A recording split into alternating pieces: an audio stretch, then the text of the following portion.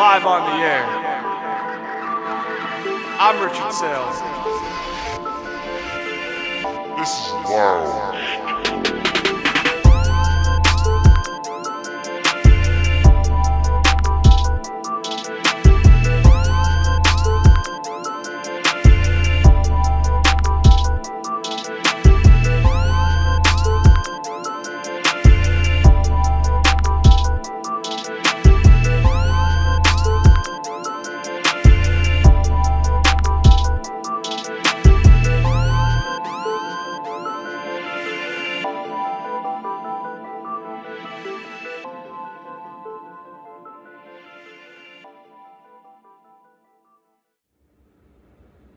Hello, welcome back to another episode of 2026 Offseason Grades. I'm your host, Rich Saile, and today on this episode of Lounge Time, we are doing the Philadelphia Eagles 2026 Offseason Grades. Second NFC team we're doing in the series right now, and this team made some decent moves, but lost two names that we'll be talking about if they're going to affect this team possibly down record-wise from what they were the last 2 years into 2026. That will remain to be seen. But without further ado, let's get into the Philadelphia Eagles off-season moves. We're going to start with what did they add first? Well, they started in free agency with one of the cheap, really good value contracts in Tariq Woolen from the Super Bowl champion Seattle Seahawks. This is a guy that will be playing the outside corner position alongside Quinyon Mitchell. I imagine you're going to still see Cooper DeJean in the slot. I really like this addition because this guy is not only tall, something the Eagles need in the secondary, he's quick. It's somebody that fits perfectly for Vic Fangio's scheme. And I think that the trio of DeJean, Mitchell, Woolen, with that safety duo, which we'll get more into with the roster duo, I love this fit for Vic Fangio's scheme. I think this is a great fit. Somebody that I think can make an immediate impact right away to a very good, if not already that much better, Philadelphia Eagles defense. Looking on the offensive side of the ball briefly, Hollywood Brown, Dontavian Wicks at receiver. We all know why they made these moves, because they're trying to now get a good collection of a receiving core to replace A.J. Brown, with Devontae Smith now being the number one option. So these guys, they're good. They've had glimpses of moments in their careers where they've been really solid and they've been able to produce. I think that both of these guys are going to make a good contribution. Maybe they'll have a couple games here and there where they may have a game where they break out. I don't think that they're going to put up a crazy amount of yards or have any crazy breakout seasons, but I do think these guys are good receivers that will help Devontae get a lot of pressure off of double coverage, and maybe some of those guys are just going to have to win some matchups. It'll be interesting to see how they match up the depth chart-wise, and we'll talk about that. Mekhi Lemon, they drafted in the first round at pick number 20. That was another great home run pick by Howie Roseman. Eli Stover's the tight end from Vanderbilt. That was another great pick again. Markel Bell from Miami, 6'8" tackle. If that's a Lane Johnson replacement, woo, that is a scary, scary group of big offensive linemen. Jordan Mailata, and if Markel Bell takes over for Lane Johnson in the future at right tackle, oh my goodness. That's going to be crazy. Let's go over briefly one more addition, and this was a trade in the draft real quick. Jonathan Grenard, they brought in a trade. They were always talking for improving the edge with Jalen Phillips losing to Carolina, and this is one of the small departures that they've had. Jalen Phillips they got in a trade in the trade deadline with Miami, but now they replaced Jalen Phillips with Jonathan Grenard, who I think is a solid edge rusher. I think he's going to be a guy that has a chance to maybe get back in the 10-sack mark. He's played for Brian Flores in Minnesota. The Texans, he did very solid with them before going to Minnesota. I think Vic Fangio got someone that I think will fit his scheme really well. And I think when you look at the Eagles, Nolan Smith, Jonathan Grenard edge duo, I really think this defense got better than what it was last year. Might be younger. I think this is a really good pickup once again. I think they nailed the defensive pickups. Receivers, we'll get more into when we assess the offseason as a whole, but another really solid pickup for the Eagles there. The big losses. Well, we know A.J. Brown was going to get traded from the moment that the offseason started. It was just a matter of when they would do it. Howie Roseman would save money if he did it on June 1st, which they ended up making the trade on June 1st. And they ended up getting a 2028 first-round pick and a 27 fifth-rounder. You knew that there was trying to work out the deal. Well, it finally got solved on June 1st. The underrated move that I think we have to talk about is Jeff Stoutland, who was the legendary offensive line coach for the Eagles, who took them to 3 Super Bowls and won 2. This is going to be the biggest loss that is going to be felt within that team. He's a guy that has coached multiple Pro Bowlers, All-Pros, Jason Kelsey, Lane Johnson. I believe Jason Peters was still there. I mean, Jordan Mailata is emerging as one of the best tackles in football. Brandon Brooks was there. Landon Dickerson's been very good for them since he came over at left guard. Mekhi Becton had a really good season in 24. Got him a big payday with the Chargers. So he's done a very, very good job with developing offensive linemen, but now he's no longer there. So new offensive line coach. So we know A.J. Brown was the big one. Jeff Stoutland is, to me, the biggest loss of this team for the offseason. And then the extensions. Jordan Davis, 3 years, $78 million. That is pretty hefty extension. But they got money from trading away A.J. Brown post June 1st. So they got money to lock up their young core, which will save as a overall sum of the offseason. Dallas Goedert, they finally kept the tight end for themselves. They got some stability there. So that was a good get. And then another one that I did not mention, not extension, Sean Mannion is now the new offensive coordinator for the Eagles, with Kevin Patullo being ousted out of that position. So let's take a look now at this depth chart for the Eagles and the roster.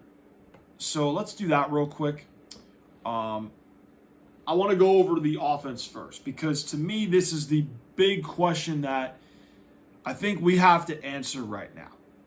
And it's probably going to be the headline of the video, but that's okay with me. With A.J. Brown gone now, Jalen Hurts now has to be the guy that can he elevate a subpar to average receiving core? Because that's what it's going to come down to now. And yes, Mekhi Lemon is a perfect number 2 receiver, with Devontae Smith shifting over to the number 1 spot. That is a big deal there as well. I think that Hollywood Brown and I'm going through it right now. Dontavian Wicks, I just said the name earlier. It's a good trio. Obviously, it's a downgrade when you factor in that it's A.J. Brown that's gone. But it's a nice trio. The key for me will be, can Jalen Hurts make that step in the passing game where he can get those guys involved? Can he find those matchups, whether it's one-on-one or if Devontae Smith gets double-teamed, can he find the matchup that they can exploit? And I think that's the big question. And I don't think it all falls on Jalen Hurts. I think there's an issue with how the constant revolving carousel or merry-go-round of offensive coordinators that they have had for 6 of the last 7 seasons. And I'm trying to pull up my list, but right now my notes are not being cooperative with me. Or rather, my laptop is not being cooperative with me at the moment. But since 2021, since Nick Sirianni came in, or let's go actually a little further back. Jalen Hurts, first year in the league as a rookie. Doug Peterson was his primary play caller, right? Then you go to Shane Steichen for 2 years. Well, since Shane Steichen, now you're looking at a constant, every year, new offensive coordinator syndrome for the Eagles. Okay? Since Shane Steichen left for the Colts job, it's been Brian Johnson, Kellen Moore, Kevin Patullo, Sean Mannion. And then you factor in, this is now the 6th different offensive coordinator in 7 seasons Jalen Hurts has been in the league. Think about that for just a second. 6th offensive coordinator in 7 seasons. 6 different offensive coordinator. That is not a good feeling to have when you look at a team that's trying to build some stability. But again, when you're that good, it's a little bit tough to retain a lot of your staff, especially when that 24 team was going to get attention. Now, Fangio, he had his chance as a head coach, which did not work out well in Denver. So he knows he's going to be a coordinator. Kellen Moore getting that chance, he did that. So now he's got that chance to work that out with the Saints. We'll talk about the Saints when that episode airs. But this is where, to me, Jalen Hurts, it's a big year for him because 6 different offensive coordinators in 7 seasons. A.J. Brown's gone, so now you have to elevate a subpar to slightly above average receiving core. That's obviously a downgrade than what it's been since Nick Sirianni had A.J. Brown and Devontae Smith together, which this is now where Jalen Hurts, we're going to start judging you. Because we know he wins football games, but now, okay, your primary offensive weapon is gone. You now have to elevate a weaker receiving core to be a top contending team in the NFC. On paper, this team is absolutely stacked. There's no question that Howie Roseman is doing what he needs to do to build a constant Super Bowl contender year in and year out. The issue is Jalen Hurts now has to be the guy that elevates that team. Saquon Barkley, I don't think he's going to have a 2024 season all over again. I don't think it's going to happen. But what's the identity of Sean Mannion's offense going to be? Because when they've changed offensive coordinators year in and year out constantly, we don't know the identity outside of the 2024 season, which was when they ran the ball like crazy with Saquon Barkley, a dominant downhill running game where they just were like, we're going to run at you and you can't stop us. Well, what is this offensive identity for 2026 now? Because to me, this is the big question I have for them is, what are they going to be? Jeff Stoutland's gone, so now you have a new offensive line coach coming in. There is a lot of turnover within the offense that, to me, was the weakest unit last year because they didn't have an identity. Now, some big names are gone. And it even makes me more worried about, okay, well, does Sean Mannion have a way to maximize Jalen Hurts' skill set? Or are we going to see 2024 Saquon Barkley again? But I don't think he's going to put the numbers up that he did. So what's the identity going to be? If I had to give my best guess, guys, I would say it's probably going to be a semblance of a balance. They're going to try to run with Barkley because they've got that great offensive line. Still, Lane Johnson's there. They still got Jordan Mailata, Landon Dickerson still there. Okay? And you got Cam Jurgens, a young center that's making his way into a solid starter in this league. Tyler Steen, right? Markel Bell's going to be the guy that learns under Lane Johnson, maybe kicks out to right tackle at some point later in his career. Maybe they kick Mailata out to right tackle when Lane's done. I don't know. But I think that, again, it's an identity year for this Eagles offense. They have to figure out what they're going to be. Are they going to try to get Jalen Hurts a way to get him to see more outside the numbers, something that he's struggling to do? Or it's more, actually, no, the inside numbers. Because outside, he's kind of having either struggles. I know it's one of the things where he struggles either outside the numbers or inside the numbers. They got to find a way to get him to see the field better. Can Sean Mannion help him do that as a former quarterback? I imagine he can. So I think more of the questions for me rely on them offensively and just the turnover that they've had, because this team has weapons on offense. It's just, can they get them to be productive for a team that lacked an identity massively at key points in the season last year? And I still don't know what they did as an offensive identity that they're going to be. I think that's the biggest question for me. Defensively, listen, guys. This team might be the best defense on paper going into this season. I mean, let's read off the starting lineup. Jalen Carter, Jordan Davis, Moro Jomu, and Nolan Smith, Zach Bond, Jahad Campbell, Jonathan Grenard. That's just the front seven starting, okay? I didn't even get to Byron Young as a rotational pass rusher. I didn't even get to Smail Mondon Jr., the linebacker from Georgia. Howie Roseman loves those Georgia linebackers. He does. But this starting front seven, to me, might be the best front seven, top to bottom, in the NFL right now. It just might be. Starters alone, this defense signals to me this is going to be a top 5 defense. They've got playmakers, all-pros, where you look. Jalen Carter is going to be in the all-pro conversation. He just is, if he could stay out of trouble. Jordan Davis is a very good run defender. Very good run defender.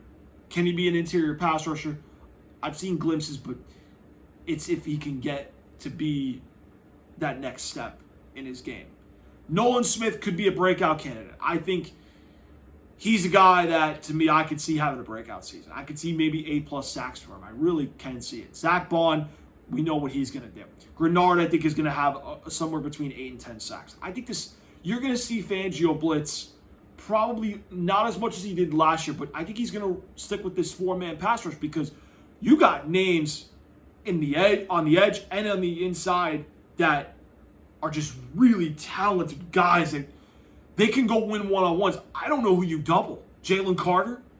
But then you're leaving one-on-one with Jordan Davis, Nolan Smith, Grenard. Like, I don't know, man. Jahad Campbell might be a guy that maybe breaks out a little bit. Okay, Jalix Hutt, he's not a bad player either. AJ Epinez is a good rotational pass rusher. Okay, Deontay Lawson's a guy I love that they got undrafted, which I couldn't believe it, from Alabama.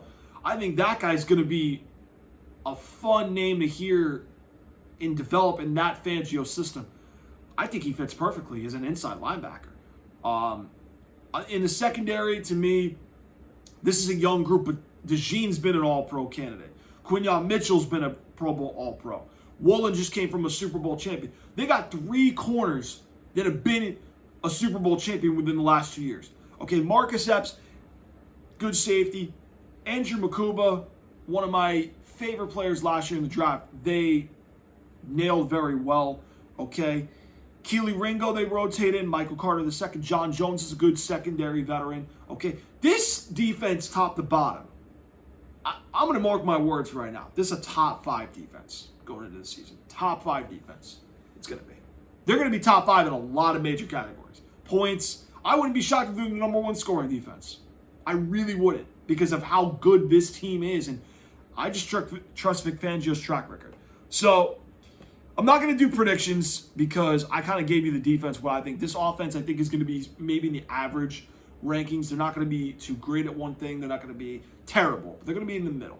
All right. So what are my concerns with this team? I think I already outlined the offense. Defensively, I think, to me, is not blitzing enough with this roster more so a bad thing or a good thing?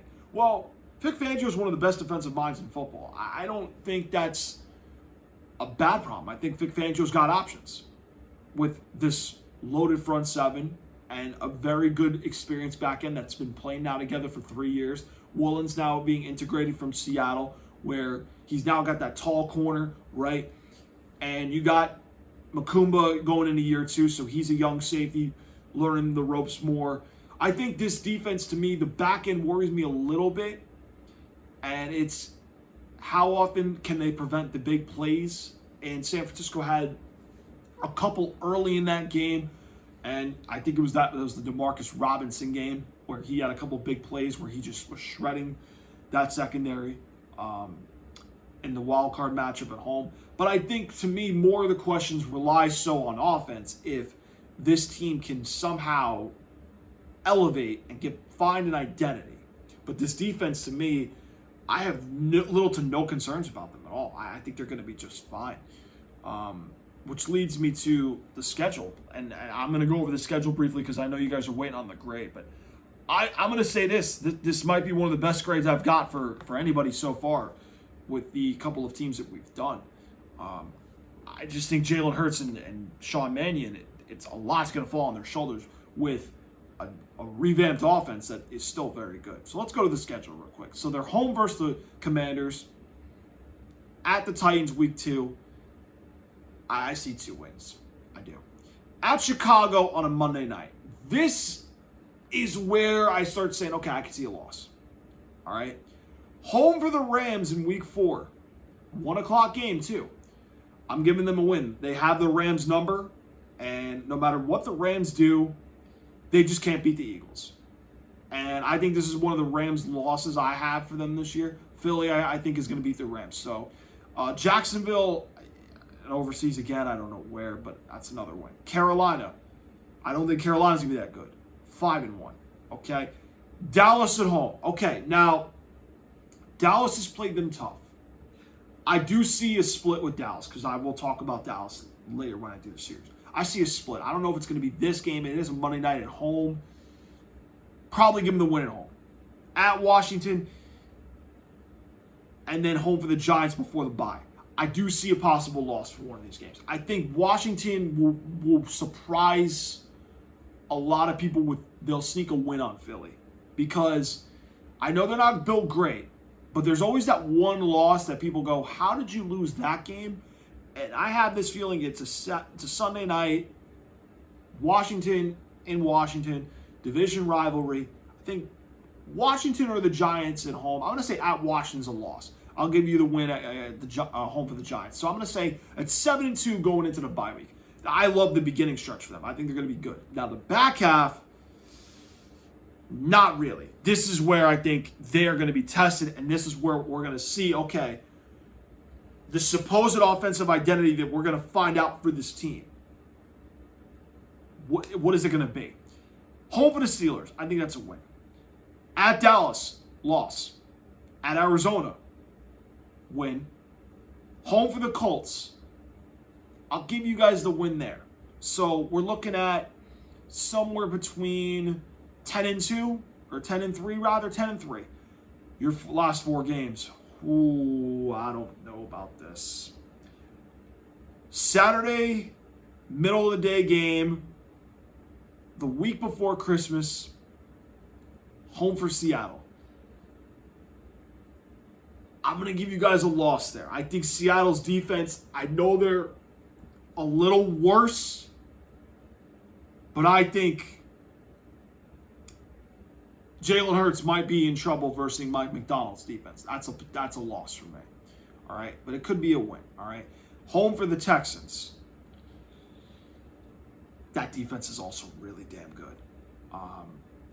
And C.J. Stroud against Vic Fangio. I think you'll beat Houston. I think you will. I think it's very likely. At San Francisco, I'm not sold on the Niners, and then I think the Giants will be a loss. I think the Giants will sneak one. But that Houston game could be a coin flip game. I just think I can see 12-5, and I feel like I'm being a little too high. But I just saw the schedule as I was preparing this. I was like, this beginning stretch is very favorable outside of maybe the Bears and the Rams, but you get them early. You don't get them later, which is a huge benefit. And I think that because their early stretch is nice, I think there's a good chance they start out really well. But that second half stretch is not too kind to them at all. I could see easily 4 to 5 losses in those last 8 games that make me go, is this team good enough? Now, they are still at the top with the Seahawks and the Rams. They're in the Bears. They're in that group, right? But I feel like I need to see it come together on offense for me to go, okay. Defensively, they could definitely challenge the Rams and the Bears. I can guarantee that. I even think they can challenge Seattle. But my issue is the offense on paper going to find something they do well to where we know, okay, this is what they're going to do against the NFC's best? I don't know that answer, which leads me to where I'm going to judge my offseason grade. I'm going to give them a B+, because I thought that getting rid of A.J. Brown, getting that allocated money for the later years of when they have to pay Cooper DeJean, Quinyon Mitchell, Jalen Carter. That's a huge win for Howie Roseman. He gets him out of the way. Mekhi Lemon's a very good replacement at the number 2 spot. Grenard in for Jalen Phillips. I think that's a good, even exchange there as far as what they lost versus what they got. I do think, though, the pressure for me is, can Jalen Hurts be the guy that can compete with the NFC's elite? And I don't know that answer. But this is a big year for him to show, okay, can we validate him as a top 10 quarterback in the league right now? Because if he can do it with a subpar to average receiving core, I think he silences a lot of people. That Super Bowl, I think he did. But he really will silence a lot of people if he is able to have a very solid season with an average receiving core. I think they upgraded the defense with Woolen and Grenard. Love those upgrades for them. And offensively, I think they did good with what they were able to get back for A.J. Brown, even preparing to lose A.J. Brown. I thought Howie Roseman did a great job, and I think they've got a good group of receivers. Saquon, if he can stay healthy, and that offensive line. I know they lost some depth a little bit. Interior, the center, and the guards worry me a little bit, but I think they can hold it down for this year. And if they need a move, Howie can make that move. And I'm confident that they will be among the NFC's elite. And the way the schedule worked for them, I think they're going to be a pretty good football team. So I'm going to say a B+ for the Eagles. I think they did really well with what they were projected to lose and what they were able to gain back through the draft and free agency and through trades. I thought Howie did a pretty damn good job and showed why he's still the best GM in football. So I'm at a B+ for the Philadelphia Eagles. So that is my 2026 offseason grade for the Philadelphia Eagles. Make sure you guys hit that like button, hit that subscribe button, hit the notification bell so that way you guys can get all of the offseason grade episodes later in this month in July and into August, leading up to the preseason, where I will be giving my playoff winners and my Super Bowl 61 winner. You don't want to miss out that in August, so stay tuned. More content is on the way. You can also follow me at LoungeTimePod on X. Yes, I do tweet on Twitter. Not probably a little quiet because NBA free agency is about to start tomorrow, but I will be tweeting. If you have a question for the show, just tweet me. I'll answer it for you. So there you have it. Those are my 2026 offseason grades for the Philadelphia Eagles. Make sure you guys keep up with the series. We will be back with another episode later this week where we will continue the 2026 offseason grades. And we'll find out who now joins next and what grade they will receive.